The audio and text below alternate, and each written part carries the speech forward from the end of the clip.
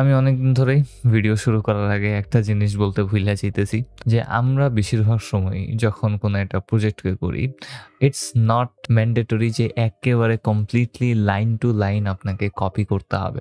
আমরা line to line copy করি এই কারণে যে আমরা মনে করি যে আমরা যদি লাইন টু লাইন কপি না মারি, কোথাও যদি ভুল হয় তাহলে আমরা ওটাকে ফিক্স করতে পারবো না। আসলে একটা জিনিস শেখার মেইন উদ্দেশ্যটাই হচ্ছে আপনি যেন ওই ভুলগুলোকে ফিক্স করতে পারেন। সো আমার সাথে সাথে আপনারা যখন এই প্রজেক্টগুলো করবেন, আমি হেভিলি রেকমেন্ড করব আপনারা যেন নিজেদের মতো করে ছোটখাটো একটু আকটু চেঞ্জেস করেন। তাহলে ওই সকল চেঞ্জেসগুলো আপনার মাথায় থাকবে এবং সেগুলোকে পরবর্তীতে ফিক্স করতে গেলে আপনারা নিজস্ব আইডিয়া জেনারেট করে সেটাকে ফিক্স করার ট্রাই করবেন। অ্যান্ড আমি বলে দিতেছি এটা 100% অফ দ্য টাইমস ভাই আপনারা ওইটা পারবেন। সো এটা নিয়ে প্যারা নিয়েন না যে আমি কি লিখতেছি ওইটা একেবারে 100% যেভাবে করতেছি সেভাবেই করতে হবে কিনা। আপনারা আমারটা কপি করতেছেন, কিন্তু শেখার মেইন উদ্দেশ্যটাই হচ্ছে যে আপনি যেন নিজে থেকে কিছু একটা বানাইতে পারেন। যদি আমি আপনাকে সবকিছু বানায় দিই এবং আপনি জাস্ট ওইটারে কপি করেন, ইন দি এন্ড আপনি কিছু শিখতেছেন না। সো এই ফুল ভিডিও সিরিজ চলাকালীন সময় আমি যতগুলোই প্রজেক্ট করি না কেন, সবগুলোর ক্ষেত্রেই আমি রেকমেন্ড করব আপনারা যেন নিজেদের মতো ছোটখাটো কিছু চেঞ্জেস করেন। এবং এই বলে আমাদের ইন্ট্রো শেষ হয়ে গেল। এখন আমি আমাদের রিঅ্যাক্ট সার্ভারটাকে স্টার্ট করতে পারি। সো আমি আমার টার্মিনালে চলে আসছি, আমার ফোল্ডারের ভেতরে আছি এবং আমি টাইপ করব npm start এবং আমাদের রিঅ্যাক্ট সার্ভারটা স্টার্ট হয়ে যাবে। তারপর এটাকে আমি ব্রাউজারে ওপেন করে নিব। ব্রাউজারে অনেকগুলা ট্যাব একসাথে ওপেন হয়ে আছে, সাইড বাই সাইড রাখলে আপাতত আমাদের অ্যাপটা দেখতে কিছুটা এরকম মনে হইতেছে। সো প্রোডাক্ট লিস্ট নামক অ্যাপটাকে তৈরি করতেছি, যেটার ভেতরে আমরা 4টা প্রোডাক্টকে রাখছি, যে প্রত্যেকটার একটা ইমেজ আছে, একটা নেম আছে এবং একটা প্রাইস আছে। হ্যাঁ ভাই, প্রোডাক্ট নেম 4টারই, ইয়েস 4টা প্রোডাক্টের নামই product name. Okay, that was a very cringey joke, I know. যাই হোক, সো আমি এখন app.js এ আছি এবং আগের ভিডিওতে আমরা সেটিংসে এ আমাদের জাভাস্ক্রিপ্ট রিঅ্যাক্ট সাপোর্টটাকে অ্যাড করছিলাম। এখন থেকে যদি আপনারা এখানে কোনো একটা ট্যাগকে লেখেন, তো আমরা এখানে একটু ট্রাই করে দেখবো যে আমরা HTML এর ট্যাগগুলোকে এখানে দিতে পারি কিনা। যেমন h2 ট্যাগ, হ্যাঁ অবশ্যই দিতে পারি। এবং আমরা যদি ওটাকে রিমুভ করে দিই, আপনারা এটা এক্সপেরিমেন্ট করে দেখতে পারেন যে আমরা যদি এখান থেকে থেকে জাভাস্ক্রিপ্ট রিঅ্যাক্টটাকে রিমুভ করে দিই, এটাকে জাস্ট ক্রস করে দিই, তাহলে কি হয়, যদি আপনারা সাজেশনস পান তাহলে তো ভালো, আর যদি না পান তাহলে ভাই আরেকবার আপনাদেরকে জাভাস্ক্রিপ্ট এবং জাভাস্ক্রিপ্ট রিঅ্যাক্ট লিখতে হবে। Most of the time take it as a advice from a medium level programmer. Most of the time আপনারা যে সকল জিনিসপাতি শিখবেন বেশিরভাগই হবে এক্সপেরিমেন্টের মাধ্যমে এবং ভুল করার মাধ্যমে। অ্যান্ড আপনি যদি এক্সপেরিমেন্ট না করেন তাহলে আপনি আসলে সেখান থেকে কিছু কিছু খুঁটিনাটি জিনিস আছে যেগুলোকে মিস করে যাবেন। তো আমি হেভিলি রেকমেন্ড করব যে আপনারা এইসব জিনিসপাতি নিয়ে একটু নাড়াচাড়া দেখবেন, ভাই কিচ্ছু হবে না, নাথিং উইল ব্রেক। আপনার পিসি যদি আপনি না ভাঙ্গেন প্রোগ্রামার হয় তাইলে হইলো কিছু, উইন্ডোজ যদি 1-2 বার ক্রাশই না করলেন তাইলে কিছু হইলো, আপনি প্রোগ্রামার হইলেন ভাই। সো সবার প্রথম কাজ, আপনি যদি প্রোগ্রামিং আজকে ফার্স্ট ভিডিওতে দেখে থাকেন তাহলে ভাই নিজের পিসি ক্রাশ করেন সবার আগে, একেবারে স্টার্টিং থেকে। This is going to be a bad advice man. So app.js এ ফিরে আসলাম এবং এখানে ফিরে আসার পর আমরা একটু h2 ট্যাগ দিছিলাম একটা, এটার কোনো দরকার নাই আপাতত। অ্যান্ড আমরা যদি আমাদের এই অ্যাপ কম্পোনেন্টের দিকে তাকাই, অ্যাপ কম্পোনেন্টটা দেখতে খুবই অগোছালো অবস্থাতে আছে এবং এটাকে একটু ফিক্স করা উচিত। অ্যান্ড অ্যাপ কম্পোনেন্টের কাজটাই হচ্ছে আমাদের অ্যাপের বিভিন্ন সেকশনকে রেন্ডার করা। অ্যান্ড আমরা যে এখানে h1 ট্যাগ দিছি, p ট্যাগ দিছি, এগুলো সচরাচর বেস্ট প্র্যাকটিসের ভেতরে পড়ে না।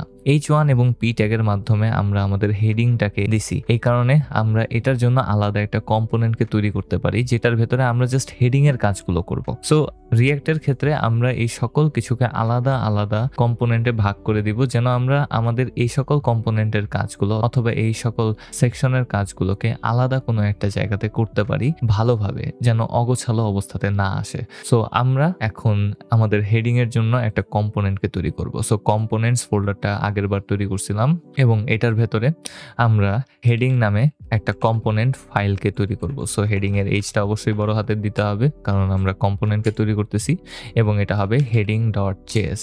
এবং ঢুকে পড়ার পর আমি এখানে সচরাচর সবার প্রথমে রিঅ্যাক্টকে ইম্পোর্ট করতাম, কিন্তু এবার আমি টাইপ করব REAFCE, এন্ড আমি বানানে ভুল করতেছি। সো RAFCE, এটার ফুল ফর্ম হচ্ছে react arrow function exported. And আমরা যে ES7 এক্সটেনশনটা নামাইছিলাম সেখান থেকে এটা একটা স্নিপেটের মতো। এটা আমাদের জন্য একটা কম্পোনেন্ট টেমপ্লেটকে অটোমেটিক্যালি দিয়ে দিবে। সো এন্টার প্রেস করার সাথে সাথে আমাদের সামনে এখানে খুব সুন্দরভাবে একটা টেমপ্লেট রেডি হয়ে আছে, যেখানে আমাদের ফাইলের নামের সাথে আমাদের কম্পোনেন্টের নাম আছে এবং সাথে সাথে ওইটা এক্সপোর্টও করা আছে। সো এতগুলা জিনিস নিজে থেকে টাইপ করার বদলে আমাদের জন্য অটোমেটিক্যালি এই জিনিসগুলো রেডি অবস্থাতে আছে। এখন আমরা ডিভ ট্যাগের ভেতরে app.js থেকে আমাদের যে হেডিং সেকশনটা ছিল সেটাকে কাট করে নিব এবং heading.js এসে এটাকে পেস্ট করে দিব। app.js এ গিয়ে আমাদের হেডিংটাকে ইম্পোর্ট করতে হবে। সো ইম্পোর্ট আমাদের হেডিং যে কম্পোনেন্টটা ছিল সেটা, এবং এটা অটো কমপ্লিট হবে কারণ এগেন ES7 ওই এক্সটেনশনটা আমাদেরকে অনেক বেশি হেল্প করবে এই সকল কাজ দ্রুত করার জন্য। এবং আমরা যেহেতু আমাদের কম্পোনেন্টটাকে নিয়ে আসি এবং সেহেতু সেটাকে আমরা এখন একটা ট্যাগ আকারে লিখে দিতে পারি। সো হেডিং ট্যাগ, এটাকে একটা সেলফ ক্লোজিং ট্যাগ আকারে দিয়ে দিব এবং আমাদের কাজ শেষ। একটু ওয়েট করলে আপনারা খুব সম্ভবত লক্ষ্য করছেন যে যখন আমরা কাট করছি তখন আমাদের এই প্রোডাক্ট লিস্ট এবং তারপরের লাইনটা ছিল না, এবং যখন আমরা এখানে হেডিং কম্পোনেন্টটাকে দিয়ে দিছি তখন এটা ফিরে আসছে। খুব সুন্দরভাবে আমাদের কাছে এই সকল কিছু রেডি হয়ে গেছে। এখন আমি Ctrl+S চাপ দিব, আমাদের app.js ও খুব সুন্দরভাবে সাজানো গোছানো অবস্থাতে চলে আসছে। এন্ড আমাদের হেডিং এর নিচে যদি আমরা একটু লক্ষ্য করি তাহলে দেখবো যে আমাদের এখানে 4টা প্রোডাক্ট আছে এন্ড প্রোডাক্টগুলোকে জাস্ট আমরা কপি করে পেস্ট করে দিছি। তো আমরা চাইলে এই প্রোডাক্ট, যেহেতু আমাদের কাছে 4টা 5টা কতগুলো হবে আমরা জানি না এবং আমাদের কাছে জাস্ট কপি এবং পেস্ট করতে হবে, সেহেতু আমাদের একটা কাজ করা উচিত যার মাধ্যমে আমরা এই প্রোডাক্টের জন্য আলাদা একটা সেকশনকে তৈরি করতে পারি। হ্যাঁ ভাই, আমি এই সেকশনের জন্য আলাদা একটা কম্পোনেন্টকে তৈরি করতে চাইতেছি। সো আমি এখানে নতুন একটা কম্পোনেন্ট ফাইল তৈরি করব, যেটার নাম আমি দিব প্রোডাক্ট list.js। প্রোডাক্টের P বড় হাতের হবে, লিস্টের L বড় হাতের দিছি, আপনারা দিতে পারেন নাও দিতে পারেন, it doesn't matter. And then আমি টাইপ করব RAFCE, এন্টার প্রেস করব, আমাদের টেমপ্লেট রেডি হয়ে গেছে। app.js এ ফিরে যাব, এখান থেকে আমি কপি করব অথবা কাট করা উচিত ছিল, যেটা আমি করি নাই। কাট করে নিয়ে প্রোডাক্ট লিস্টের ভেতর ডিভ ট্যাগের ভেতরে এটাকে পেস্ট করে দিব। And then same cycle again app.js এ আমরা আমাদের প্রোডাক্ট লিস্টকে ইম্পোর্ট করে নিয়ে আসবো। সো ইম্পোর্ট প্রোডাক্ট লিস্ট এবং autocomplete done. And heading এর ঠিক নিচে আমরা প্রোডাক্ট লিস্টটাকে দিয়ে দিব। তো ট্যাগ আকারে বড় হাতের P দিয়ে প্রোডাক্ট লিস্ট এন্ড আমরা সেলফ ক্লোজিং ট্যাগ আকারে এটাকে লিখে দিব। একটু ওয়েট করব এন্ড কোনো কিছুই হবে না, কারণ আমরা প্রোডাক্ট লিস্টে যদি ফিরে আসি, এখানে এররটা দেখে বলতেছি ভাই, প্রোডাক্ট লিস্টে ফিরে আসলে আমাদের প্রোডাক্টস কম্পোনেন্টটা প্রোডাক্ট লিস্টে ইম্পোর্ট করা হয় নাই। তো আমরা আমাদের প্রোডাক্ট লিস্টে এসেও এখানে ইম্পোর্ট করে দেব প্রোডাক্টসটাকে এন্ড আমাদের সকল এরর চলে যাওয়ার কথা। সো এখানে আমরা জাস্ট একটু ঠিকভাবে বুঝার চেষ্টা করি। আমরা app.js এ আমাদের প্রোডাক্ট লিস্টটাকে ইম্পোর্ট করে নিয়ে আসছি। সো প্রোডাক্ট লিস্টের উপরে যদি আমি হোভার করে কন্ট্রোল চাপ দিয়ে হোভার করি, আপনারা যদি VS করে থাকেন তাহলে এটা আপনারাও পারবেন, এন্ড প্রোডাক্ট লিস্টের উপরে ক্লিক করি তাহলে আমাদেরকে প্রোডাক্ট list.js এ নিয়ে আসবে। এন্ড প্রোডাক্ট list.js এ আসার পর আমরা যে সকল কম্পোনেন্টকে পাইতেছি এই সকল কম্পোনেন্টের ভেতরে প্রোডাক্টসের উপরে যদি আমি হোভার করি এবং মাউস ক্লিক করি তাহলে আমরা products.js এ চলে আসবো। সো সকল কিছু ঘুরে ফিরে আমাদের products.js এর দিকেই আসতেছে এবং এই সকল কম্পোনেন্টকে আমরা একই সাথে ব্যবহার করব যেন এটা আমাদেরকে হেল্প করতে পারে এই অ্যাপটা তৈরির ক্ষেত্রে। এত লম্বাভাবে দেখানোর পিছনে রিজন হচ্ছে যে আমি জাস্ট আপনাদেরকে ওয়ার্কফ্লোটা দেখাইতে চাই। বেশিরভাগ সময় রিঅ্যাক্টের ওয়ার্কফ্লো এরকমই হয়। সো আমরা এখন কি করতে পারি, আমাদের স্ক্রিনের ভেতরে 4টা আলাদা আলাদা প্রোডাক্টের জন্য সেকশন তৈরি করা হয়েছে, কিন্তু প্রত্যেকটার ক্ষেত্রে আমরা জানি যে আলাদা আলাদা ইমেজ হবে, প্রোডাক্ট নেমও আলাদা হবে এবং সাথে সাথে আমাদের প্রাইসগুলো আলাদা হইতে পারে। সো এগুলোকে আমরা কিভাবে সেট করব, এই জিনিসটা আমাদেরকে একটু ভাবতে হবে। এখন যদি আমি প্রোডাক্ট list.js এ চলে আসি, আসলে কম্পোনেন্ট জিনিসটা কি? কম্পোনেন্ট হচ্ছে একটা জাভাস্ক্রিপ্ট ফাংশন এন্ড প্রত্যেকটা ফাংশন যে সেটা যেই কোনো ল্যাঙ্গুয়েজেরই হোক না কেন, প্রত্যেকটা ফাংশনেরই একটা প্যারামিটার এবং আর্গুমেন্ট পাসিং মেথড থাকতে হবে মাস্ট। সো আমরা যখন এখানে প্রোডাক্ট লিস্টের ভেতরে অ্যারো ফাংশনটাকে তৈরি করছি, আমরা এখানে অবশ্যই কিছু প্যারামিটার দিতে পারি যে আমরা এই প্যারামিটারগুলোকে পাবো, এই ভ্যালুগুলোকে আমরা পাবো, এরকম কিছু প্যারামিটারকে আমরা সেট করে দিতে পারি। ঠিক তেমনি যেহেতু এটা একটা ফাংশন যেটা একটা JSX এলিমেন্টকে রিটার্ন করে, সেহেতু আমরা এই ফাংশনটার ভেতরেও আর্গুমেন্ট পাস করতে পারার কথা, তাই না? এবং অবশ্যই সেটা আমরা করতে পারি। সো আমি এখানে প্রোডাক্ট লিস্টের ভেতরে আসি এন্ড এখানে আমি কোনো একটা আর্গুমেন্টকে ফাংশনে পাস করতে চাই কোন ফাংশনে, আমাদের products.js ফাংশনে, যেটা একটা জেএসএস এলিমেন্টকে রিটার্ন করবে। এই কারণে এটাকে কম্পোনেন্ট বলা হয়। আমি যে কতবার এই কম্পোনেন্টের ডেফিনেশনটা বলছি just because I want you guys to understand it, মাথার মধ্যে ঢুকায় রাখেন। সো আমি সবার প্রথমের প্রোডাক্টস কম্পোনেন্টে আসি এবং এই কম্পোনেন্টের ভেতরে আমরা আর্গুমেন্ট আকারে কিছু একটাকে পাস করতে চাই এবং পাস করতে গেলে আমরা এটাকে পাস করব একটা HTML অ্যাট্রিবিউটের মতো করে। তো HTML এর অ্যাট্রিবিউটগুলো কিভাবে লেখা হয়, যেমন আমরা ক্লাস লিখতে পারি HTML এর ক্ষেত্রে কোনো একটা ট্যাগের ভেতরে, ঠিক অমনভাবেই আমরা আমাদের কম্পোনেন্টগুলোতে কিছু অ্যাট্রিবিউট নিজের মন মতো লিখতে পারি। আপনারা যে কোনো অ্যাট্রিবিউট ভাবতে পারেন, এখানে কোনো বাঁধাধরা নিয়ম নাই। তো আমি জাস্ট চাইতেছি যেন আমাদের প্রথম যে কম্পোনেন্ট, যেটা আমাদের এখানে রেন্ডার হয়ে আছে ইমেজ, প্রোডাক্ট নেম এবং প্রাইস, এটা নেম এবং প্রাইসটাকে একটু চেঞ্জ করতে। সো প্রোডাক্টসের ভেতরে আমি নেম ইজ ইকুয়ালস টু দিয়ে দিতে পারি কোনো একটা কিছু, যেমন কম্পিউটার। সিম্পল জিনিস, name is equals to computer, I guess that's not that good. এবং আমি এটার ভেতরে একটা প্রাইসকে দিয়ে দিতে পারি এবং এখানে আপনি নেমের বদলে যে কোনো কিছু দিতে পারেন, জাস্ট আপনাকে একটা অ্যাট্রিবিউট নিতে হবে আপনার মন মতো।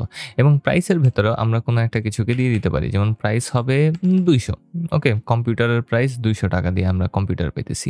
অ্যান্ড এখন যদি আমরা আমাদের প্রোডাক্টস কম্পোনেন্টের ভেতরে ফিরে আসি, তাহলে আমরা এই নেম এবং প্রাইস এই দুইটা অ্যাট্রিবিউটকে পাইতে পারি প্যারামিটার আকারে। সো এই প্যারামিটারটাকে বলা হয় প্রপস। সো প্রপস কিভাবে আমরা পাবো? সিম্পলি আমাদের যে অ্যারো ফাংশন অথবা নর্মাল ফাংশন যেটাই থাকুক না কেন, ফাংশন নেমের পরে যে ব্র্যাকেটটা থাকবে সেটার ভেতরে আমরা লিখব প্রপস। আমাদের কাজ শেষ। এটা হচ্ছে সিম্পল রিয়াক্ট প্রপস লেখার ওয়ে এবং এটা হচ্ছে আমাদের ওই কম্পোনেন্টের প্যারামিটারগুলো, যেটার ভেতরে সকল অ্যাট্রিবিউটগুলো থাকবে একটা জাভাস্ক্রিপ্ট অবজেক্টের মতো করে। সো আমি এখন চাইলে আমাদের এই প্রোডাক্ট নেমের বদলে এখানে একটা সেকেন্ড ব্র্যাকেট দিয়ে লিখতে পারি প্রপস ডট নেম। অ্যান্ড একটু ওয়েট করলে আমরা দেখব অ্যাপটা একটু চেঞ্জ হয়ে গেছে। সো প্রথম যে প্রোডাক্টটা আমাদের রেন্ডার হয়েছিল সেই প্রোডাক্টটার নেম কম্পিউটার শো করতেছে। অ্যান্ড এখন আমি H4 ট্যাগের প্রাইসের বদলে যদি আমি সেকেন্ড ব্র্যাকেট দিয়ে এখানে টাইপ করি প্রপস ডট প্রাইস এবং একটু ওয়েট করি, তাহলে দেখব এখানে 200 শো করতেছে। এবং নিচে থেকে এগুলো সরে যাওয়ার পিছনে কারণ হচ্ছে যে আমরা এখানে আর আগের মতো করে কোনো কিছু লেখি নাই। তো আমরা যদি একটু প্রোডাক্ট লিস্টে চেক করি, তাহলে আমাদের পরের 3টা এলিমেন্টের ক্ষেত্রে আমরা কোনো প্রপস পাস করি নেই, কোনো একটা অ্যাট্রিবিউটকে পাস করি নেই। সো আমরা এই ক্ষেত্রে আমাদের অ্যাট্রিবিউটগুলোকে এখানে দেখতে পারবো না, কারণ আমরা শুধুমাত্র অ্যাট্রিবিউটগুলোকে রেন্ডার করতেছি। সো আমি চাইলে এখন এই প্রোডাক্টসের জন্য অ্যাট্রিবিউট লিখতে পারি, name is equals to laptop, price 300 দিয়ে দিতে পারি এবং সেটাই এখানে শো করবে। সাথে সাথে আমরা নিচে আরেকটু লিখতে পারি নেম, অ্যান্ড আমি যদি এখানে দিয়ে দিই name is equals to tablet এবং প্রাইস এটার কোনো একটা কিছু দিয়ে দিতে পারি, যেমন 100-র কাছাকাছি। অ্যান্ড একটু ওয়েট করলে দেখবো আমাদের পরবর্তী প্রোডাক্টটাও এখানে শো করতেছে। অ্যান্ড ফাইনালি আমি এখানে অন্য কোনো প্রোডাক্টের প্রাইস দিয়ে দিতে পারি, যেমন নেম ইজ ইকুয়ালস টু আমি এখানে দিয়ে দিলাম স্মার্টফোনস অ্যান্ড আমরা প্রাইস সেট করে দিলাম 150-তে। এবং যদি একটু দেখেন আমাদের খুব সুন্দরভাবে প্রত্যেকটা প্রোডাক্টের জন্য আলাদা আলাদা প্রাইস এবং নেম আমরা সেট করতে পারতেছি। This is called React props. এবং এভাবেই আমরা আমাদের এক কম্পোনেন্ট থেকে আরেক কম্পোনেন্টে ডাটা পাস করতে পারি। এবং প্রপস নিয়ে আমি পরবর্তী ভিডিওতে আরো কথা বলবো। এই ভিডিওটা মনে হয় আমার বড় হয়ে গেছে, তো পরবর্তী ভিডিওতে আমরা আরো অনেক প্রপস নিয়ে খুঁটিনাটি জিনিস জানবো। জাস্ট এই ভিডিওর মেইন জিনিস হচ্ছে প্রপস হলো গিয়া বাই প্যারামিটার্স, অ্যান্ড আমরা HTML অ্যাট্রিবিউট আকারে আর্গুমেন্ট পাস করতে পারি যেগুলো আমরা প্রপসের ভেতরে পাবো। সো প্রপস ডট দিয়ে আমরা আমাদের সেই অ্যাট্রিবিউটগুলোকে ব্যবহার করতে পারি। সো আমরা এখানে যদি নেম দেই তাহলে সেখানেও আমরা নেম আকারেই সেটাকে পেয়ে যাব। সো আশা করি আপনারা এই ভিডিও থেকে ভালো কিছু শিখতে পারছেন। পরবর্তী ভিডিওতে আমরা প্রপস নিয়ে আরো বেশি কথা বলবো। It's a very important thing. Okay, so পরবর্তী ভিডিওতে দেখা হবে।